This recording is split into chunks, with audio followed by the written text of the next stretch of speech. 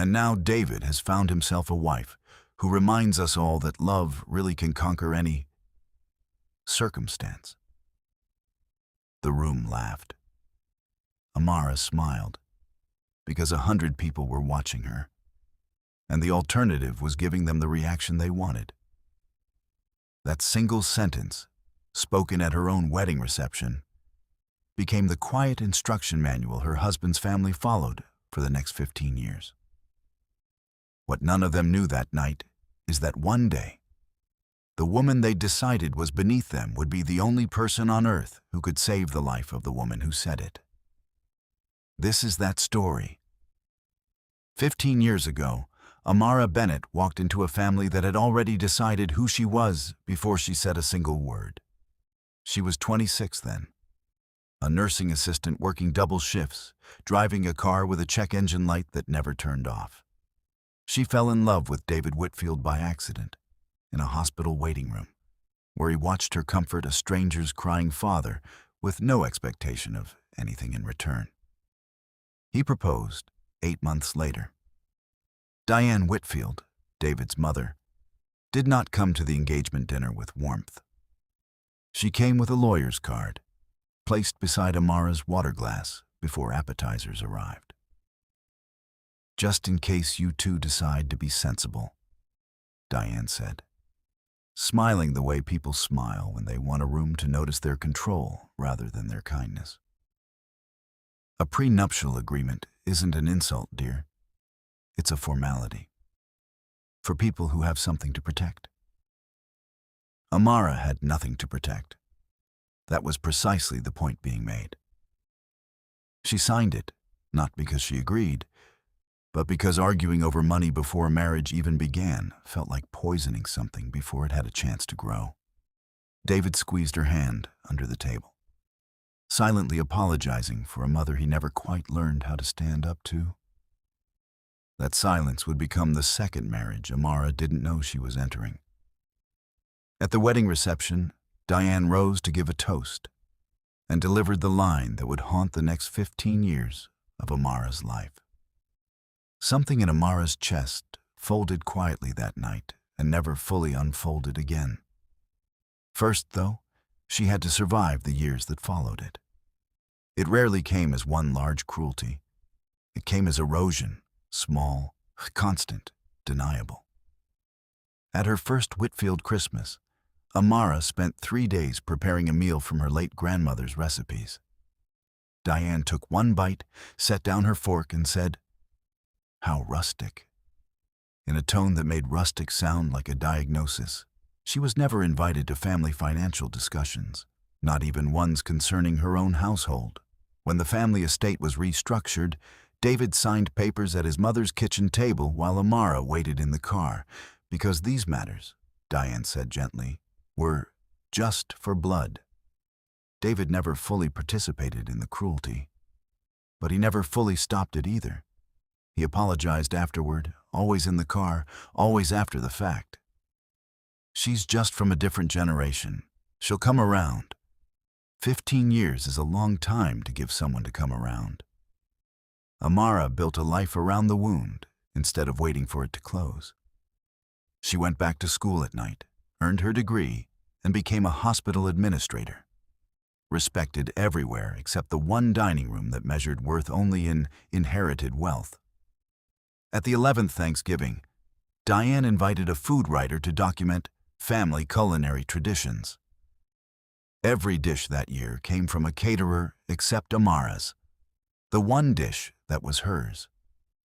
When the writer asked who'd made it, Diane answered first. "Oh, that one's not really ours? That's just something Amara likes to bring." Not really ours. 15 years of marriage, and still spoken of like an accessory rather than a member of the family. Amara said nothing. She refilled water glasses. She drove home in silence beside a husband who, once again, hadn't corrected his mother, and who would once again apologize somewhere around the county line. What none of them knew is that she had quietly begun keeping records, not out of vengeance, out of self-preservation. A woman told for 15 years that her reality isn't real eventually learns to write it down, if only to prove to herself she isn't imagining any of it. Diane's fatigue, blamed at first on age, turned out to be end-stage kidney failure. Dialysis could manage it. Only a transplant could save her. The family tested one by one. David, not a match. Claire and her husband, not a match. Cousins, and then a second round of cousins. Nothing. It was David's aunt, the one relative who'd never fully bought into the family's treatment of Amara, who finally said what no one else would. Has anyone asked Amara? The silence that followed was its own confession. David waited 2 days before he could bring himself to ask his wife something the family had spent 15 years, implying she wasn't worthy enough to be asked. Standing in their kitchen, his hands trembling, he said, "I know what they've done to you. I know what I let them do. I have no right to ask this. But my mother is dying, and I don't know who else to ask." Amara let the question sit in the same kitchen where she'd cooked 15 years of meals called rustic and not really ours. This wasn't a medical question to her. It was a 15-year-old one, finally being asked out loud. Amara didn't sleep that night. She sat with the wedding toast, with not really ours, with every apology David had given her in a moving car, and never once in the room where it mattered. And she thought of something none of them knew. 3 years into her marriage, a routine health screening had revealed a rare tissue marker combination, one her doctor mentioned almost as a footnote, noting it made her an unusually strong universal donor match. She'd filed it away as trivia about her own body. She had never told the Whitfields. There had never been a reason to. Now there was. Before agreeing to testing, she asked David for one thing: a private conversation with Diane. No audience to perform for. Diane arrived diminished, not only by illness, but by sitting for the first time across from the one person she'd spent 15 years making sure never felt powerful at all. "I imagine you have every reason to say no to me," Diane said, her voice unsteady in a way it never was at holiday tables. "I do," Amara said quietly. "I wouldn't blame you. I know. I'm not doing this for you," Amara finally said. "I'm doing it for David, because I don't want him to lose his mother wondering if he could have done something differently. And I'm doing it because of who I decided to be a long time ago, not because of who you decided I was." It was the closest either woman had come to the truth in 15 years. The testing confirmed what the old screening had suggested. Against every statistical likelihood, Amara was a match.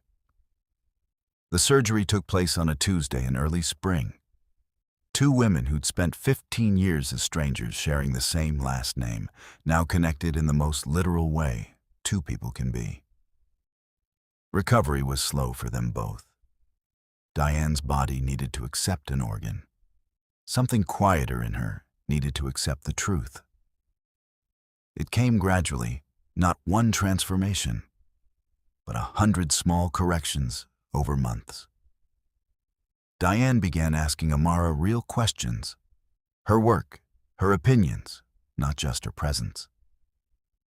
The following Christmas, for the first time in 15 years without a single comment about rustic food or blood, Diane stood to give a toast of her own. Her voice caught twice. 15 years ago, I made a joke at this woman's expense on the happiest day of her life, because I decided I understood her value before I bothered to learn it," Diane said. "I was wrong for 15 years. But I'm alive today because Amara is a better person than I ever gave her credit for being. Better than I deserved." David reached for his wife's hand under the table, the same gesture from their engagement dinner 15 years earlier. This time, no one in the room needed correcting. Amara didn't need the toast. She'd never needed permission to know her own worth. but she let herself receive it anyway. Because healing doesn't require someone else's apology to be complete. It just doesn't hurt when it finally comes. The Whitfield family learned something that had nothing to do with kidneys or compatibility. They learned that the people we dismiss as having nothing to offer are so often carrying more strength, more grace, and more capacity for love than the people doing the dismissing ever show themselves. Some people spend their whole lives waiting for others to see their worth. The strongest ones carry it forward regardless of who's watching.